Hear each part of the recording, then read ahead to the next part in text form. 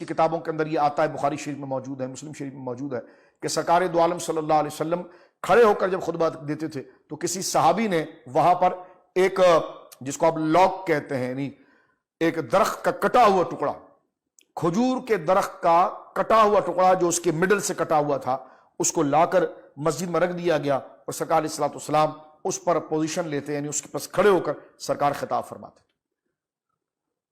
تو ایک خاتون نے اپنے بیٹے سے کہا کہ جس کا بیٹا کارپینٹر تھا کہ تم جو ہے کہ وہ ایک ممبر بناؤ چیئر کی صورت میں، سرکار اس پر بیٹھ بھی سکیں، کیونکہ ابھی بھی کھڑے ہیں، سہارا تو حضور لے رہے ہیں، سپورٹ لے رہے ہیں، لیکن ایک ایسی چیئر بن جائے کہ جس پر حضور علیہ الصلوۃ والسلام بیٹھ کر خطبہ دے سکیں. وہ جب لا کر رکھی گئی تو صحابہ کرام رضوان اللہ اجمعین کہتے ہیں کہ جب سرکار علیہ الصلوۃ والسلام نے اس تنے کو، اس کھجور کے تنے کو، جو لکڑی کا ٹکڑا تھا کھجور سے کٹا ہوا، اس کو جب اپنے سے دور کیا اور سرکار علیہ السلام ممبر پر بیٹھے تو صحابہ کرام نے کہا کہ ہم نے باقاعدہ اس سے رونے کی آواز سنی. اور صحیح احادیث بخاری میں ہو، مسند دارمی کے اندر تو تقریباً انہوں نے جمع فرمائی ہے کہ آواز اس لکڑی کے ٹکڑے میں سے آنے لگی، سسکیاں، جس طرح کہ کوئی روتا ہے. صحابہ کرام نے یہاں تک کہا کہ پوری مسجد میں اس کی آواز گونج رہی تھی. اب وہ لکڑی کا تنا، وہ درخت کب کٹا ہوگا محترم ناظرین،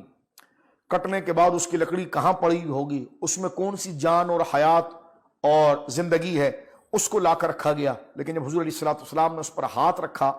تو اللہ رب العالمین نے اس میں حیات و زندگی ایسی پیدا فرما دی، حضور سے محبت ایسی پیدا فرما دی. جب حضور نے اس کو ہٹایا اور اس کرسی پر باقاعدہ اس ممبر پر بیٹھنے کا سرکار علیہ الصلوۃ والسلام نے اہتمام کیا تو وہ کھجور کا تنا جو تھا وہ رونے لگا. اور حدیث کی کتابوں کے اندر آتا ہے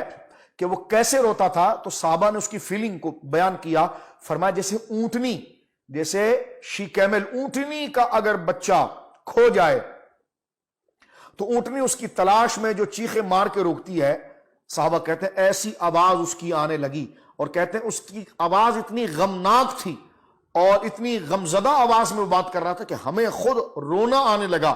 سرکار علیہ الصلوۃ والسلام آگے بڑھے اور حضور علیہ الصلوۃ والسلام نے اس تنے کو اپنے سینے سے لگایا اور حضور نے اس سے بات کی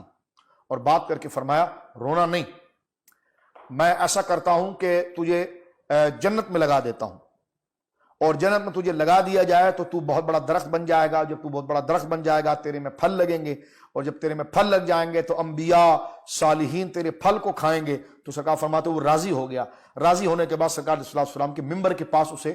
دفن کر دیا گیا. اب آپ دیکھیے کہ حضرت سلیمان علیہ السلام کو اللہ رب العالمین نے پرندوں کی بولیاں سکھائیں، نبی کریم علیہ الصلوۃ والسلام کو اللہ رب العالمین نے کیسی کیسی بولیاں عطا فرمائی، کیسے مقام عطا فرمائے اور کیسی شان جلالت اور عظمت حضور کا عطا فرمائی. یہ نہیں کہ جب اس سے یہ وعدہ ہو گیا، اب حضور نے اس سے بات کی ہے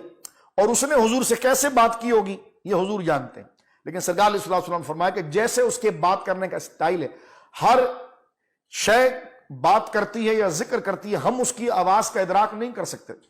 لیکن جس انداز میں اس نے بات کی سرکار علیہ الصلوۃ والسلام نے اس کی بات کو سمجھا بھی، اس کو رپلائی بھی دیا اور یہ کہا کہ ٹھیک ہے رونا نہیں، اور وہ سسکیاں اس کی بند ہو گئی. رونے کی آواز تو اللہ نے ظاہر کر دی تھی ایک آزمائش کے طور پر بھی لوگوں کے لیے، اور ایک سرکار کے معجزے کی صورت میں وہ چیز ظاہر ہو گئی. سرکار نے فرمایا کہ پھر ٹھیک ہے اس کو میرے پاؤں کے پاس جو ہے کہ زمین کھود کے اسی مسجد کے اس کنارے پر دفن کر دو. اب آپ دیکھیے یہ نہیں فرمایا کہ جبریل تو روزانہ میرے پاس آتے جاتے رہتے ہیں تو اس کو لے جا کے سٹور میں رکھ دو، جب جبریل آئیں گے تو اس کو اٹھا کر لے جائیں گے. اب جنت تو ساتوں آسمانوں سے اوپر ہے اور یہ لے جا کر وہاں پر اس کو لگا دیں گے، نہیں، بلکہ فرمایا اس کو میرے پاؤں کے پاس دفن کر دو. تو پتا چلا سرکار دو عالم صلی اللہ علیہ وسلم کو اللہ نے وہ، جیسے حضرت سلیمان نے فرمایا وہ اوتینا من کل شیء، اللہ نے مجھے اکثر چیزیں عطا فرمائی، تو میرے آقا کو اللہ نے اکثر الاکثر چیزیں عطا فرمائی کہ جہاں میرے آقا کے قدم ہوتے ہیں وہی جگہ جنت نشین ہو جاتی، اور